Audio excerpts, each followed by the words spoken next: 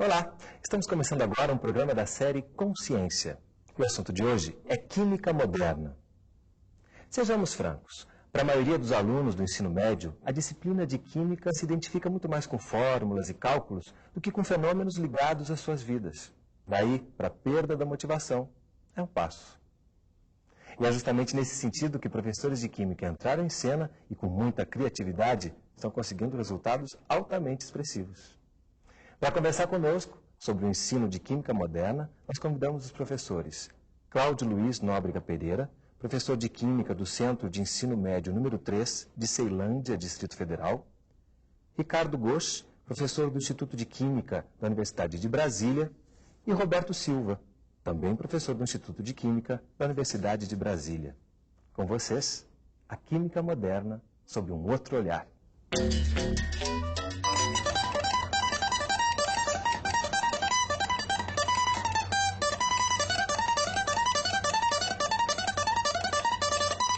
O Brasil é um país de jovens cheios de talento, como Lucas ao cavaquinho.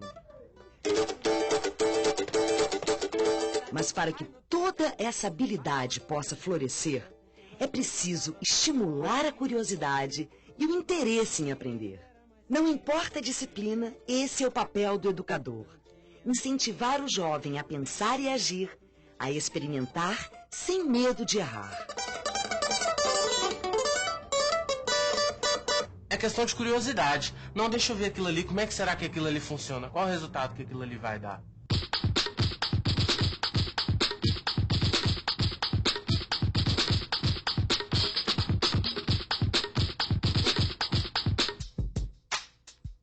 Um professor a vê só fórmulas prontas e que prefere ensinar a pensar com liberdade. Cláudio Luiz cresceu em Ceilândia, cidade satélite do Distrito Federal. Ele foi aluno do Centro de Ensino Médio 3 e hoje continua ligado à escola como professor de Química. Mas o que Cláudio está fazendo aqui é muito mais que aprofundar uma ligação sentimental. Todas as aulas acontecem, o aluno tem um lampejo, que a gente chama de insight, né? É o insight. Esse momento é um momento mágico. Essa que é a ideia central, fazer com que eles, utilizando as informações, cheguem a conclusões.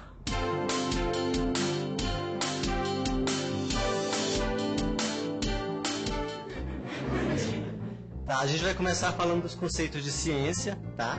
Que são os conceitos que a química aceita porque é uma ciência. O ensino tradicional de Química quase sempre se deparava com obstáculos intransponíveis. Muitos alunos terminam o ensino médio sem saber o que é a Química e o que a Química faz.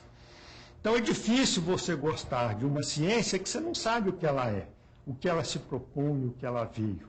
Você só sabe dizer que a Química está presente em tudo. A Química está no dia a dia, mas como? De que forma? Em que ela me ajuda? A disciplina era apresentada como uma ciência fria, distante da realidade. Os conceitos de experiência e laboratório contribuíam para que se pensasse que somente com equipamentos sofisticados e salas altamente aparelhadas seria possível ensinar e aprender a disciplina.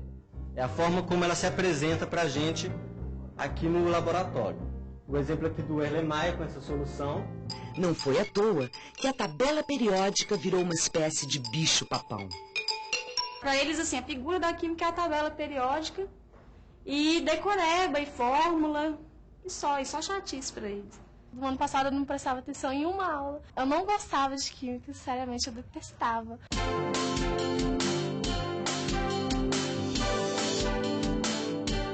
Antes a gente tinha só na teoria, agora a gente tem na prática.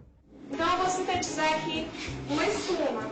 Alguém já viu uma espuma, um pé de espuma, por acaso? Assim como Cláudio Luiz, outros professores de Química também toparam o mesmo desafio.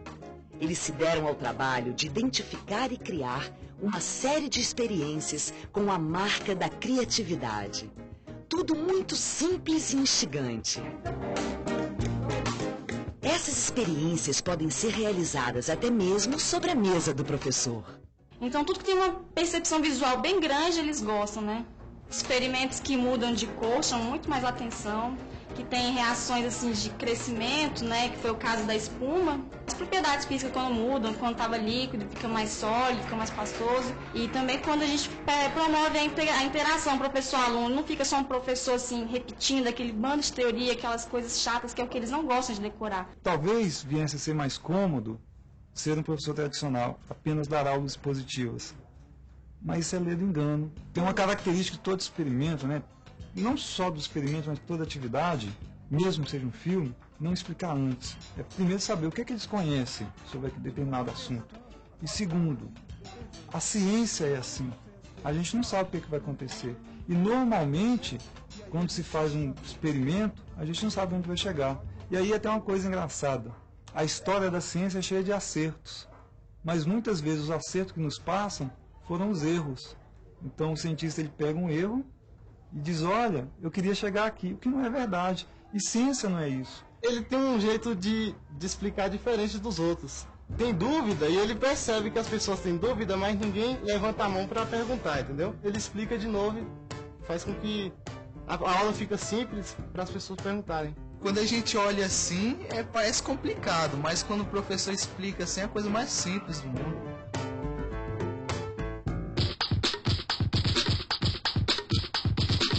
Eu faço o seguinte, agora põe o vinagre dentro do bicarbonato para ver o que acontece. No Centro de Ensino Médio 3 de Ceilândia, 4 experiências modelo foram propostas aos alunos.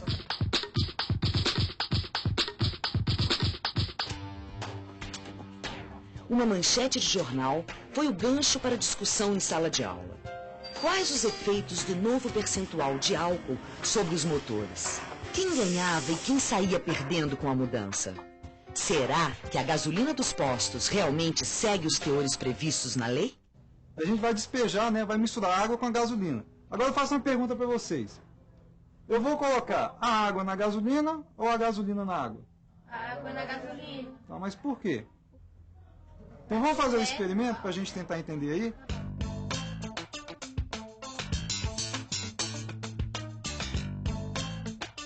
São 3 situações que a gente pode escolher um experimento, né? Ele pode servir como exemplo, tá? Você tem um determinado conhecimento, mas o exemplo aqui, ele vai possibilitar uma nova descoberta. Uma outra situação também, que a gente pode usar um experimento, é como motivação. Vamos criar uma situação motivadora para que determinado conteúdo que é abstrato seja estudado? Alguns postos de gasolina estão adulterando a gasolina, colocando o teor de álcool mais, que o certo é 24%, algumas estão com 25%, e isso prejudica muito o automóvel, a capacidade dele. A função desses experimentos, muitas vezes, é criar algo concreto. Eu falo com ele, escuta, você lembra daquele experimento? Aí ele lembra da situação, porque ele vivenciou isso. E aí, né, a gente pode lembrar da história da humanidade. Antes mesmo das pessoas escreverem, as pessoas contavam histórias. Isso é próprio do ser humano. Todo mundo sabe contar histórias. E é o que eles fazem. Conta o experimento para mim. Eles contam.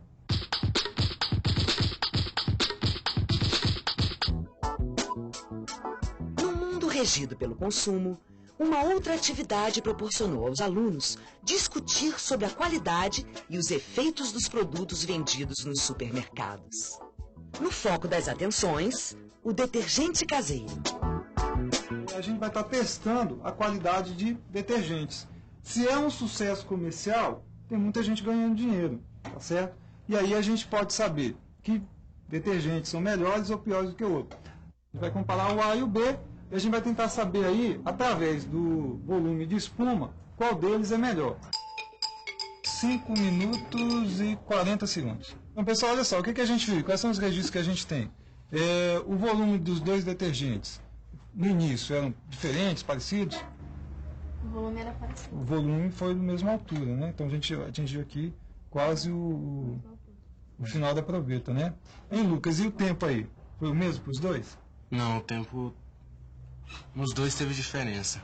Aí qual a diferença? No A foi quanto aí? Pode falar pra gente? 5 minutos e 40 segundos. 5 minutos e 40 segundos. E nesse daqui? Foi 1 minuto e meio. 1 minuto e meio. Aí é o seguinte, qual a conclusão que você chega aí? Analisando esses resultados.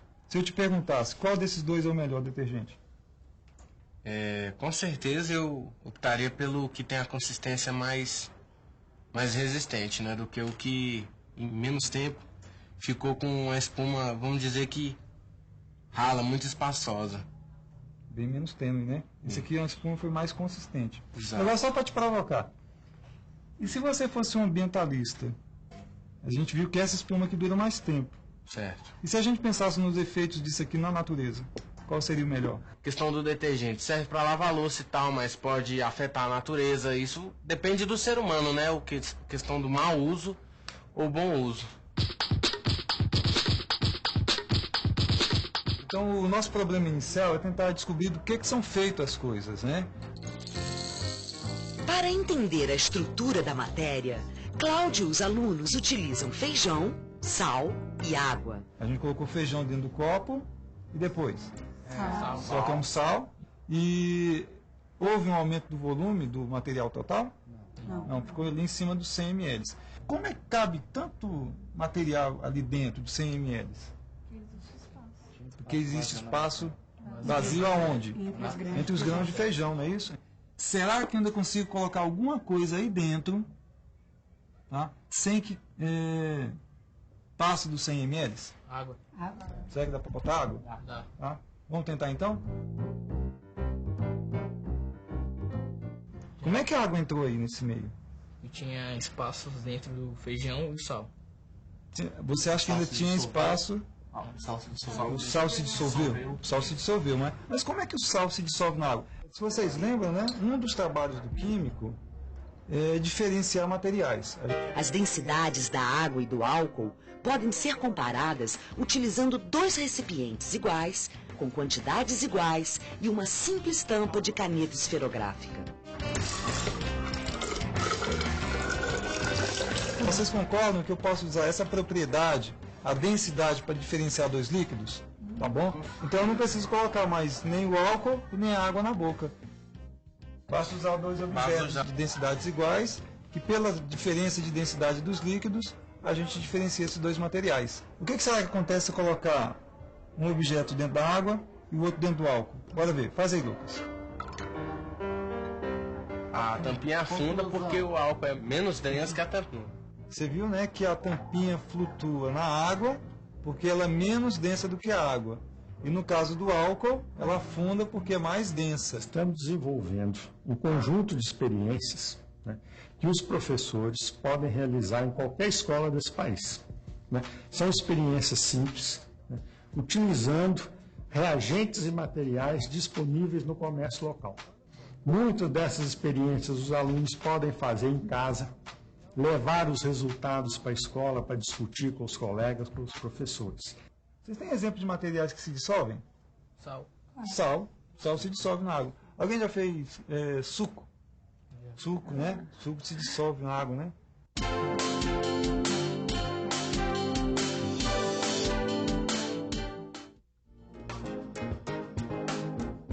Eu tô me envolvendo mais com química, já tá bem diferente do que o ano passado. Eu tenho mais vontade de participar, assim, porque eu gosto de fazer experimentos, eu acho interessante como uma coisa se transforma em outra.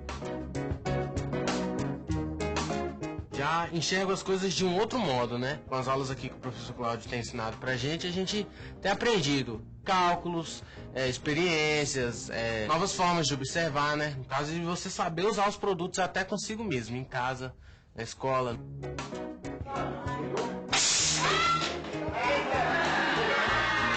No laboratório de pesquisa no ensino de química da Universidade de Brasília, futuros professores treinam com a nova metodologia. Quando ele está em contato com o ácido, ele tem essa mudança de cor. Eles sabem que também tem um desafio pela frente, mas o caminho está aberto. E sabem também que para seguir em frente na educação, como na vida, é preciso experimentar sem medo de errar.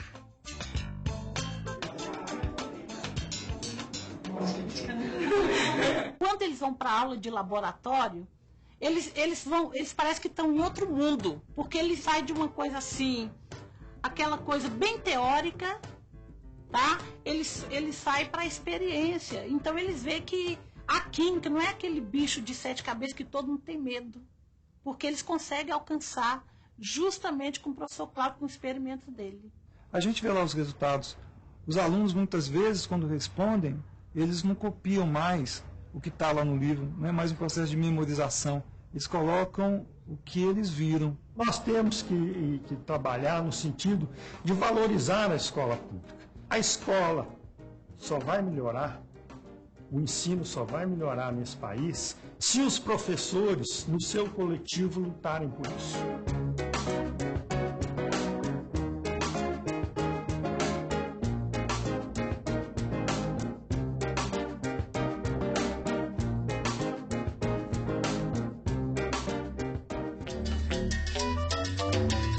No próximo bloco, a gente vai conhecer um pouco mais do que levou o Cláudio a não se contentar em ser um professor tradicional. E também vai entender um pouco mais como é que é essa experiência. Não sai daí, a gente volta já.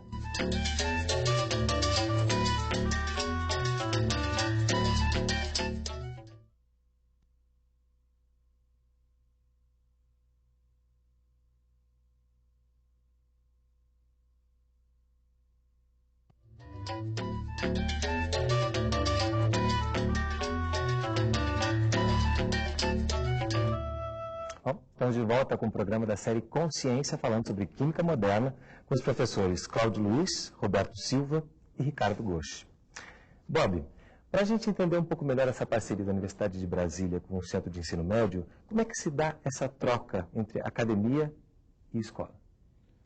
Bom, Renato, desde 1991, nós temos um projeto, né, que presta uma assessoria permanente a professores do ensino fundamental e médio, né, especificamente na parte de química.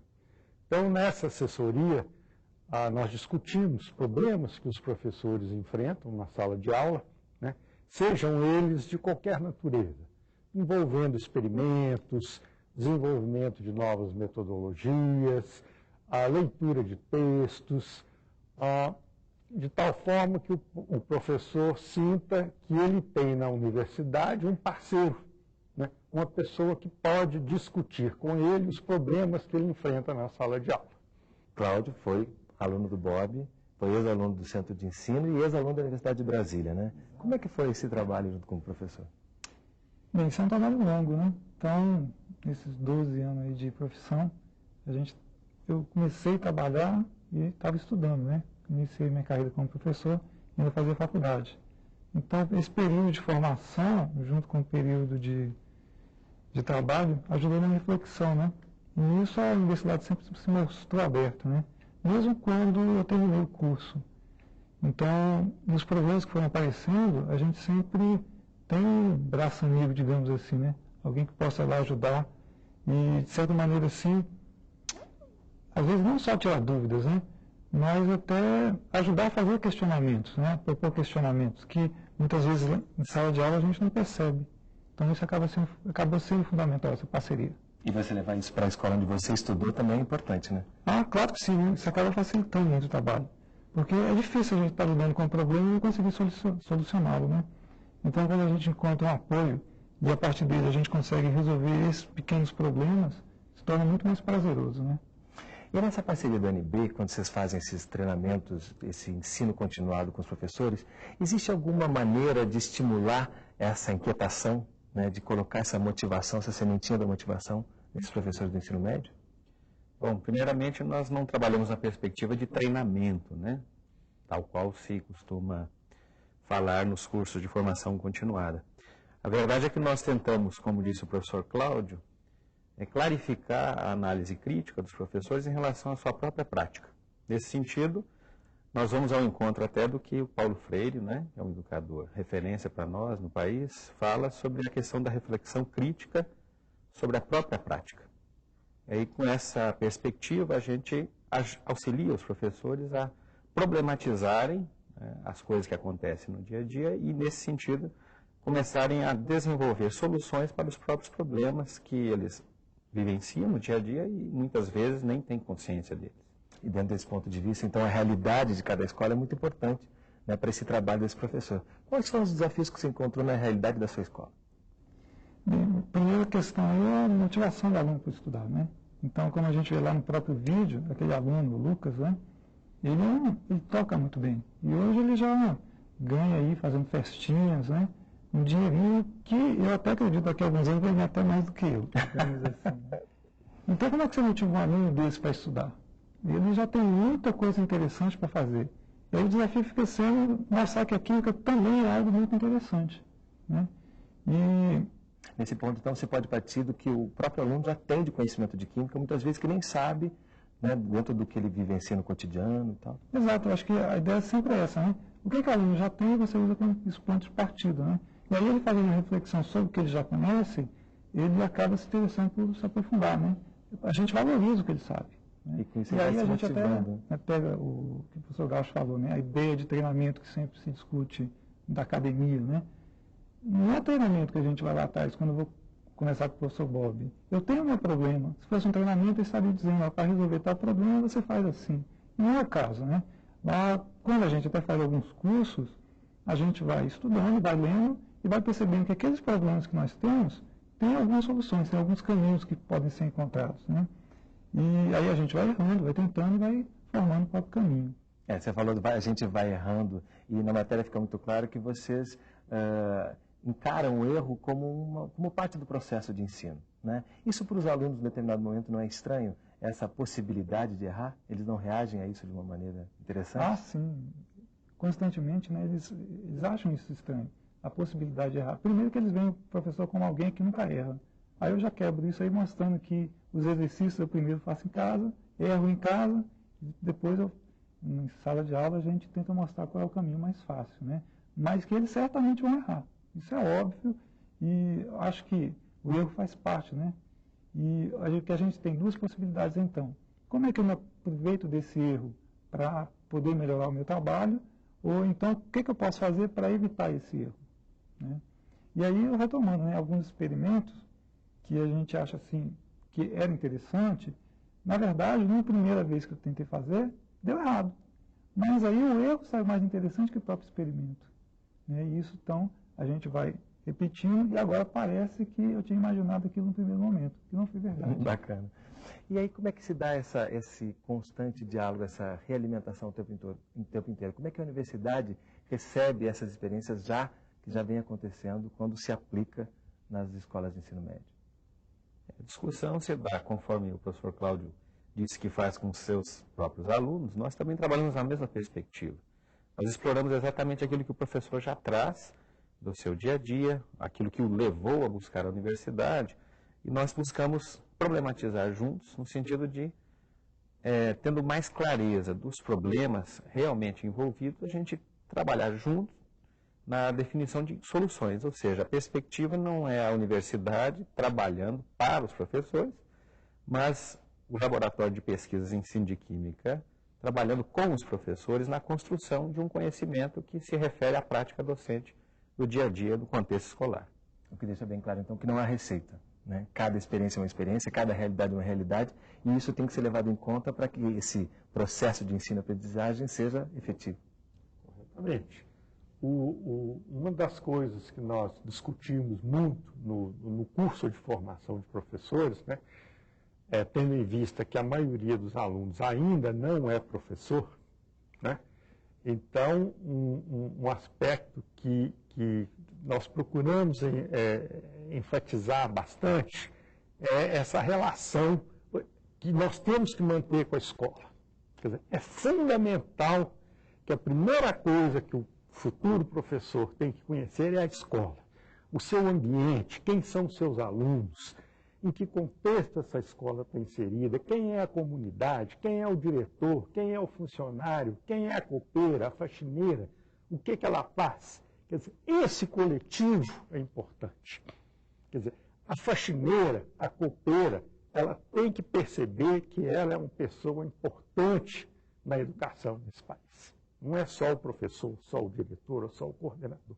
Então, todo o nosso trabalho começa sempre do aluno conhecendo a escola, os seus problemas, as suas dificuldades. Né? E as soluções, elas são específicas. Cada escola requer uma solução específica. Então, por exemplo, experiências ou atividades que funcionam muito bem no curso de, por exemplo, no matutino, no noturno é um absoluto fracasso. porque a clientela é diferente, os alunos são diferentes, têm perspectivas diferentes.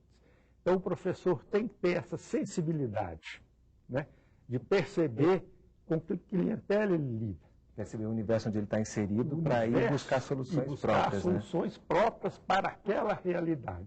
Nesse sentido, você quer falar?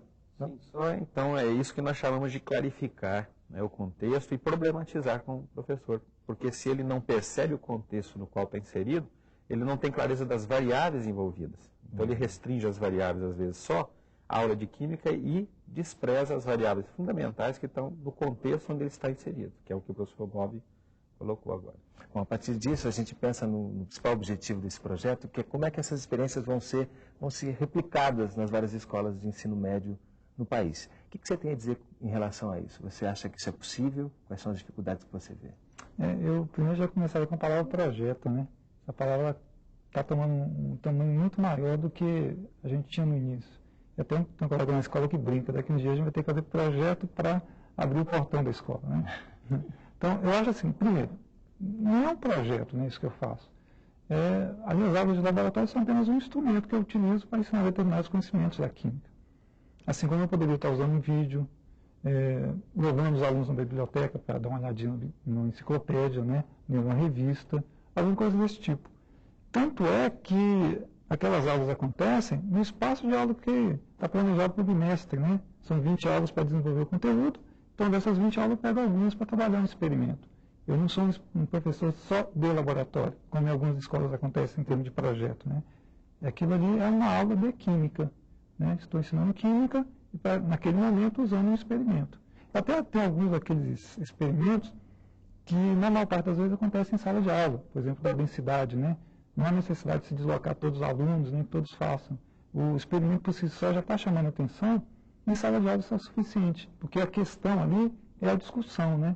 Então, é um experimento simples, pode ser feito dentro de sala de aula, mas o que é importante não é o experimento em si, mas é o que ele gera em termos de discussão. É o processo todo que gira em torno dessa experiência. Né? Então, você está dizendo também, em outras palavras, que uma escola, para aplicar essa metodologia, não precisa ter equipamentos sofisticados, nada disso. Pode usar a própria realidade. Assim, como ponto de partida, né? Eu acho que se o professor não tem, por exemplo, um laboratório na escola e outros equipamentos, aliás, aqueles materiais que eu utilizo, eu tenho eles hoje, mas há uns 3, 4 anos atrás não havia na escola. Aí eu usava materiais caseiros, por exemplo, no lugar de uma proveta, eu utilizava uma seringa de injeção. Mas isso aí me habilitou para chegar para o diretor e conversar com ele. Disse, olha, o que você está percebendo que é interessante, os alunos gostam, o que a gente pode fazer para melhorar? E aí isso, a gente você vai sempre agregando novas coisas. Exato. E você pode, inclusive, junto com a própria comunidade, né? Se eles percebem que aquilo é interessante, que aquilo é legal, o que a gente pode fazer então para melhorar? Né? Aí, como eu falo, né? Esse é o ponto de partida. É interessante sim na escola ter bons materiais, ter um bom laboratório, né? Mas fazendo essas atividades eu não gabaritei para poder cobrar. Ou seja, uma coisa pode vir depois, não precisa esperar ter as condições, pode se criar o ambiente para que essas condições apareçam depois. Exato. E aí você justifica, vale a pena gastar nisso porque realmente funciona. Já se mostrou o resultado prático, né? Então, nesse sentido, a UNB também contribui com pesquisas que sejam possíveis de fazer em qualquer local, sem que sejam necessários esses aparelhos tão complicados? Isso. Quando nós começamos o nosso projeto, começamos a instalar o nosso laboratório em 89, e ele começou a funcionar em 91, a questão que nos foi colocada pelos professores foi essa. Para se ensinar química, é preciso ter um laboratório. Ponto. A maioria das escolas não possui laboratório. Ponto. Portanto, é impossível. Então, nós tomamos isso como um desafio. É possível se ensinar química sem ter um laboratório? Bom, os professores tentam fazer isso o tempo todo, dando as chamadas aulas expositivas. Foi o que a aluna falou no vídeo, né? Que ela não tinha interesse, que não tinha interesse, aqueles conteúdos, as fórmulas, a tabela periódica que tinha que decorar. Então, o desafio que nos foi colocado foi o seguinte: é possível ensinar química sem ter um laboratório? Segundo ponto, é possível realizar experimentos de química, né, sem ter o laboratório? De tal forma que o aluno possa fazer uma relação entre teoria e prática. Então, com esse desafio em mente, nós começamos, então, a procurar na literatura e também a desenvolver experiências originais que os professores pudessem realizar com seus alunos, né, de tal forma que sempre houvesse um fenômeno, uma experiência, algo concreto, a partir do qual o professor pudesse desenvolver os conteúdos. Né? E um terceiro ponto limitante, quer dizer, as escolas não dispõem de recursos para adquirir livrarias e equipamentos, né, típicos de laboratório. Então, esse desafio nos foi colocado. Vamos realizar experiências utilizando materiais disponíveis no comércio local, não é sucata. Nós não trabalhamos com sucata. Fazemos experiências com sucata. Não. Nós trabalhamos, ao invés de beckers, né, que custam caríssimo, nós usamos copos de cristal, usado em festas. Becker seria o quê? Seria aquele frasco, o copo de vidro. Custa mais de R$100 cada um. Nós usamos o copo cristal para coquetel, que custa R$4, R$5 o centro. Né? Medimos volume usando seringas descartáveis, que você compra na farmácia, e por aí vai. Mas por que a sucata não seria, por exemplo, se existe algum tipo de sucata que seja usável, você acha que isso não... Não, é porque essa palavra sucata, ela já tem esse preconceito, esse pejorativo. Quer dizer, trabalhar com sucata significa coisas de segunda categoria, entendeu? Coisa que, isso é sucata na escola pública, na escola particular se trabalha. Não é nada disso. Vamos desmistificar isso. Nós trabalhamos com materiais, equipamentos que os professores ou a escola podem adquirir na cidade, no próprio município, ou coisas que os alunos podem trazer de casa para realizar os experimentos. E a importância desse trabalho é que os alunos sempre relacionam a teoria com algum fenômeno. Um fenômeno que está próximo deles, como a gente viu, que são as experiências da gasolina, do detergente. Isso também é importante, partir desse universo que eles convivem no dia a dia. Sim, perfeito. E só complementando o que o professor Bob falou, tem coisa interessante, né? Muitas vezes a gente recebe equipamentos lá na escola, tem alguns que eu nunca utilizei.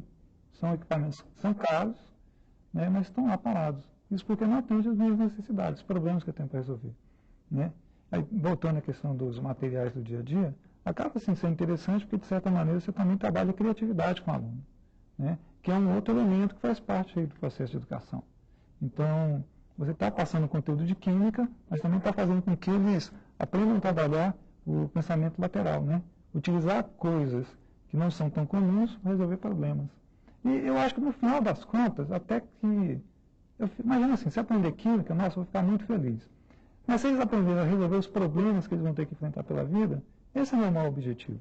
Né? E eu acho que isso a gente consegue passar com essa proposta. Né? Ok. No próximo bloco a gente vai entender um pouco melhor como é que se dá essa relação entre o professor Cláudio e os seus alunos. Sai daí, a gente volta já.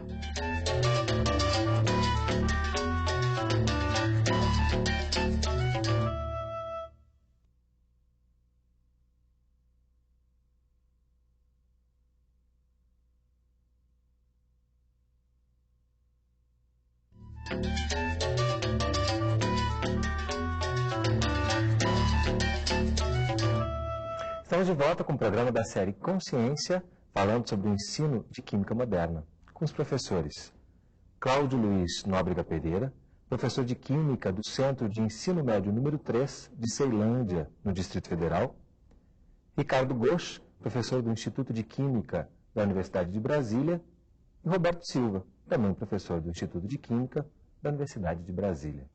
Cláudio, a gente viu no vídeo o trabalho que você faz com seus alunos. Que conteúdo você estava trabalhando com aquelas experiências? Olha, esses experimentos são interessantes, né? Porque a gente pode abordar aí conteúdos de diversos níveis, desde a oitava série, primeiro ano, segundo e terceiro ano. Depende do que o professor está querendo atingir, né? Por exemplo, se a gente pega o experimento da gasolina. Eu estava trabalhando aí no início do primeiro bimestre a presença da química na sociedade, né? Então, como é que é o trabalho do químico, né? Qual a importância da química, de que maneira ela ajuda as pessoas, né? Mas eu também serve para discutir solubilidade. Você tem lá a gasolina, a mistura com o álcool, tem um certo teor. Quando você faz o experimento, tem solubilidade, o álcool é mais solúvel na água. Quer dizer, isso depende da situação. Pode ser trabalhado lá no terceiro ano, quando você está discutindo a química orgânica, né? Tem os hidrocarbonetos, os álcoois, a estrutura das moléculas, né? A estrutura da matéria. Então, pela forma, a gente consegue explicar essa questão da solubilidade, por que o álcool vai ser mais solúvel na água. Dá para explicar a polaridade de ligação, né? Conceito aí já é trabalhado no segundo ano. Quer dizer, o conteúdo ali foi o que tirei, né? O experimento ele se presta de diversos fins. E você deixou a gente curioso ali naquela experiência, por que você coloca água na gasolina e não a gasolina na água? Bem, ali na verdade faz parte do contexto, né? Eu já vi trabalhar densidade com os alunos, então eu estava querendo testá-los, né? Estava fazendo uma avaliação. Se eu ensinei densidade, eles devem ter aprendido. Se eles aprenderem, eles, né, tomariam uma decisão. Não é que tem uma resposta certa ali. Pode ser feito tanto um quanto o outro. Mas a questão ali é saber que a gasolina vai flutuar sobre a água, né? Isso está relacionado com a densidade. E aí qual seria o problema? Se você colocar primeiro a água, depois a gasolina não vai passar pela água e aí a água não tem como retirar o álcool, né? Aí que está o problema. Mas isso pode ser evitado. Teve uma outra aula que um aluno falou, né? Tanto faz, professor, basta agitar, né? Mas aí tem um inconveniente, isso aí já vem da prática, né? Eu já senti muita dor de cabeça cheirando o vapor da gasolina. Quando você faz esse movimento, parte da gasolina se espalha. A gente vem vendo aqui ao longo do programa a importância de se trabalhar na prática, né, com laboratórios. Mas até que ponto você precisa também de uma aula expositiva para trabalhar conceitos antes de aplicá-los? Bom, aí depende. O experimento ele pode entrar no início da aula, como o Cláudio falou, para criar um ambiente de curiosidade, de investigação. Ele pode entrar no meio da aula, ele pode entrar no fim da aula. Agora, o que é mais importante que o experimento em si é a discussão do experimento. Então, normalmente, esses experimentos que nós fazemos com os professores, com os nossos futuros professores, o experimento, às vezes, leva 5 minutos. Mas a discussão do entorno do experimento, a sua importância, a sua relevância social, os conteúdos que são abordados, isso às vezes leva 2 horas. Mas os alunos já têm uma coisa mais concreta a se referir. Então, a ideia do experimento é que as teorias da química, você não tem que decorar as teorias, você utiliza as teorias para explicar os fenômenos. Se o aluno consegue estabelecer essa relação, que uma teoria foi sempre desenvolvida para explicar um fenômeno, a coisa fica muito mais fácil. Você vê sentido, vê razão em aprender aquela teoria. Não é uma teoria para cair na prova, para cair no vestibular. É uma teoria que vai responder, que vai explicar um fenômeno, seja da natureza, seja do cotidiano dos alunos. O que você pode acrescentar a esses experimentos? A sua pergunta remete a uma concepção que se tem, às vezes equivocada, da relação teoria-prática, né, quando você fala de aplicar a teoria. Na verdade, como disse o professor Bob, a química é uma ciência experimental. Então, outra questão que poderia se colocar é como ensinar química sem experimento, sendo que ela é uma ciência experimental. Os conhecimentos químicos, eles tentam responder a questões que são colocadas na forma de fenômenos práticos. Então, de fato, como que eu posso imaginar uma resposta que venha antes da pergunta? A pergunta na química é o fenômeno. A resposta são os conhecimentos teóricos que a química nos oferece a partir da sistematização que foi feita ao longo do tempo na evolução dos conceitos da química. Então, efetivamente, quando um professor apenas usa o experimento para ilustrar aquilo que ele afirmou teoricamente, digamos assim, ele está deformando a própria relação teoria-prática que se estabelece naturalmente na construção do conhecimento químico. Então, como disse o professor Bob e o professor Cláudio, nós precisamos ter no experimento o problematizador, é aquilo que gera as perguntas. Se os alunos não têm perguntas, de que valerão as respostas que nós estamos oferecendo com os conhecimentos químicos? Efetivamente, como disse o professor Bob também, o tempo do experimento é o menos importante. O maior problema que precisa ser analisado pelo professor de química é que ele tem que fazer com que os alunos exercitem a capacidade de fazer perguntas. E aí, a partir daí, construir paulatinamente a compreensão que a química oferece dos fenômenos observados. Aproveitar, como o Ricardo falou, né, essa ideia da teoria, ela serve para explicar um experimento, né? E as perguntas, elas só são interessantes para ser respondidas quando elas são feitas de fato. Se você já tem a resposta, não é uma pergunta. Eu vou lembrar lá do experimento da densidade, né? Até que, pela questão do audiovisual, né, antecedeu-se a explicação depois do experimento. Normalmente, eu começo problematizando da seguinte maneira. Você tem o álcool e tem a água. Como é que eu posso diferenciar isso? Está aí um problema. A maior parte dos alunos já tem um certo conhecimento. Professor, o álcool tem um cheiro tal, tem um determinado sabor que é diferente da água. Tem gente que ainda lembra assim, o álcool pega fogo, que é uma propriedade química. Mas é risco, né? A gente poderia beber. E se fosse metanol? Cria um problema. Já não é tão conveniente você beber. Aí a gente pode até conversar sobre metanol. Aí é que entra a proposta do experimento. Vamos contar uma outra maneira de identificar esses materiais sem que eu tenha que beber isso? Né? Pode ser veneno também. Aí entra então a tal da densidade, que é uma propriedade que até eles já têm um certo conhecimento, né? Mas ela está servindo para alguma coisa. E a partir daquilo ali você pode definir, né, esse conceito de densidade dos materiais e perceber que ele tem uma utilidade para o químico. Né? Ele serve para diferenciar aqueles materiais. E aí então é interessante que fazendo o experimento, os alunos já propõem outras questões. Uma delas, e se misturar água com álcool? Está aí um problema. Fazendo o experimento, está lá na hora, a gente mistura. E aí a gente vai perceber que ciência se faz assim, experimentando, errando, né, e tentando buscar respostas para isso. Na verdade, eles estão aprendendo a perguntar, Exato. Que é uma coisa importante. Que é o meu maior objetivo. No final das contas, é isso. Bob falou aqui no vestibular. Como é que você acha que isso prepara para o vestibular? Você acha que há uma angústia desses alunos em relação ao vestibular e que essas experiências acabam resolvendo de alguma maneira? Sim. A nossa convicção é que, fazendo os experimentos e procurando as teorias que explicam aqueles experimentos, a aprendizagem é mais significativa. A retenção dos conteúdos será por um tempo maior, porque ele não vai decorar. Ele vai aprender aquela teoria para explicar o fenômeno. Então, a probabilidade dele esquecer aquilo nos próximos 6 meses diminui. Não é que ela não ocorra.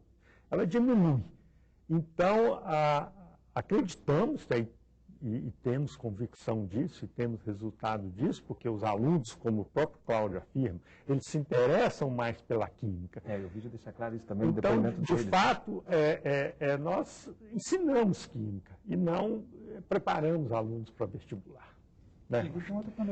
Acho que o vídeo também mostra isso, né? Tem uma das alunas lá, a Paloma, ela foi minha aluna no ano passado.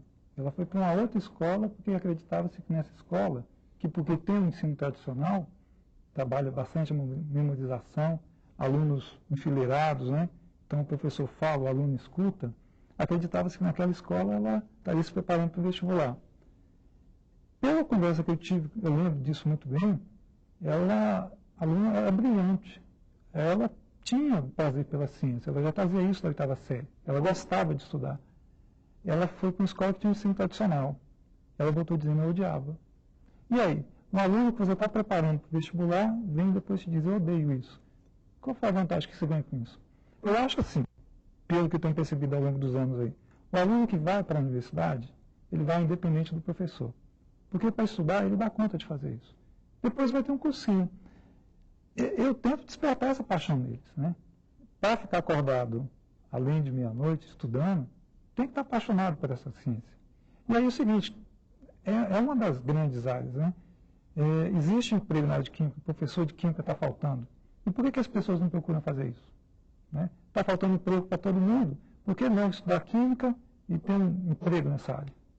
Então, se eu conseguir fazer com que eles se apaixonem, eu posso gostar um pouco mais de química, eu posso estar, então, encaminhando a gente para o vestibular. E aí, provavelmente, eles vão passar com maior facilidade. E em relação à sua relação com os alunos, né? Você falou da Paloma agora, a gente percebe que você tem um contato bem mais intenso com eles, né? E até um rapaz disse assim, a gente, antes de perguntar, ele já sabe que a gente tem dúvida. A que você atribui isso? Bem, aí é aquela questão da formação, né? Eu disse, não tem receita para ensinar. A gente, mais ou menos, tem sim algumas que a gente pode seguir. Existe metodologia, né? Eu faço avaliação constantemente. Quando eu comecei o experimento, fazendo uma pergunta, eu estava avaliando. Mas é uma avaliação informal, sem informal, a peso da prova. Sem a peso da prova. Eu estou sabendo se vocês estão aprendendo ou não. Se eu passei da aula, mas no final a gente faz perguntas, conversa, e a gente vê se o aluno está entendendo ou não. Quando ele faz aquela relação, aquela referência, né? É porque normalmente quando eu estou explicando, eu estou olhando para os olhos. Eu estou será que eles estão entendendo? E o aluno ele mostra isso. Quando ele entende, ele arregala os olhos.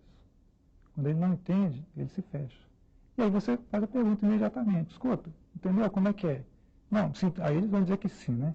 Eles não entendeu. Explica para mim, então. Aí você vai questionando, vai desafiando o aluno. Você está atento a eles, né? Exato, isso é fundamental. Outra coisa que é importante, isso aí aprendi com os índios, né? Eu procuro relação de respeito, né? Até brigo com eles de vez em quando, chama atenção, dizem que eu sou estressado, mas eu procuro ter respeito. Quando eu vou conversar, eu faço questão de me sentar ao lado deles, falar de igual para igual, né? Eu acho que isso é fundamental. E respeito aí não significa tratar todo mundo de bonitinho. Em determinados momentos eu sou duro, mas tem que eu tenho um objetivo a ser atingido. E eles compreendem isso. No final das contas, compreendem. E como é que a gente pode falar sobre a avaliação desse projeto? O que a gente já tem, como é que a gente já pode dizer, como é que a gente pode medir o sucesso disso tudo? Na Universidade de Brasília nós temos uma proposta de seleção de ingresso nos cursos de graduação, que é uma referência nacional, que é o Programa de Avaliação Seriada, em que a gente está traçando um perfil dos alunos que ingressam na universidade por este sistema. E a gente percebe que o perfil que tem, digamos assim, preponderância no ingresso é o perfil do aluno questionador, que questiona não só a questão teórica, digamos assim, mas as próprias regras que estão envolvidas no jogo educativo.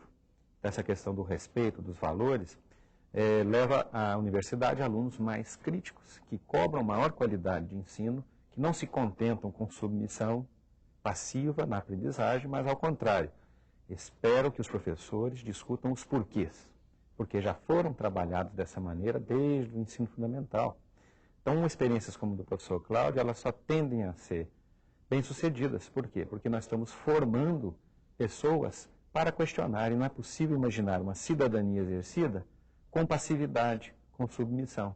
Só o questionamento constante, uma posição ativa no processo, pode levar a sociedade a um patamar de questionamento dos seus valores, da sua estrutura, e assim transformá-la para melhor.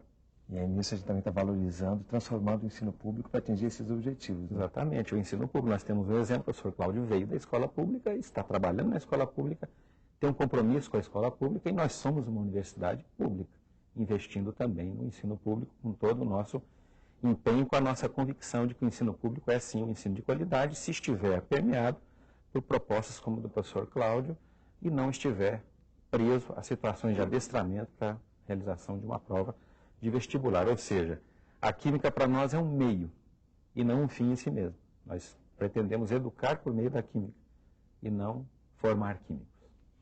E a gente está falando aqui de um projeto de Ceilândia, que é uma cidade satélite de Brasília, onde fica a universidade, né?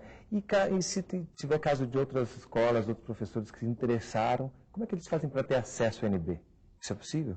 Sim. Como eu disse, esse nosso projeto, que se iniciou em 91, ele começou com essa assessoria permanente aos professores e alunos também, né? Nosso laboratório recebe alunos. O vídeo mostrou. Nós recebemos alunos também. Mas esse projeto tem uma limitação que ele se restringia à região geográfica do Distrito Federal, né? O Distrito Federal o entorno, que os professores têm que se deslocar de sua escola até a Universidade de Brasília. Mas a partir desse ano, nós iniciamos um projeto de assessoria aos professores pela internet. Então, os professores de qualquer região do país podem entrar em contato conosco, né? Nós temos um canal de comunicação que é exclusivo, sigiloso, quer dizer, não é um tipo chat room ou um canal aberto que você bate papo, que você coloca coisas lá e todo mundo lê. Não. É um canal sigiloso que o professor na escola discute com um membro da nossa equipe os problemas de aprendizagem que ele está enfrentando em sua sala de aula. E para acessar isso é simples, é acessar o sítio da Universidade de Brasília, né, e procurar lá o nosso laboratório de pesquisa e ensino de química, e ele terá todas as informações de como se cadastrar nesse projeto. Ok, então, muito obrigado pela presença de vocês aqui conosco, professor Bob, professor Ghosh, obrigado. Professor Cláudio, muito obrigado e parabéns pelo seu trabalho. Muito obrigado. E obrigado também a você que assiste a TV Escola. Esse foi um programa da série Consciência.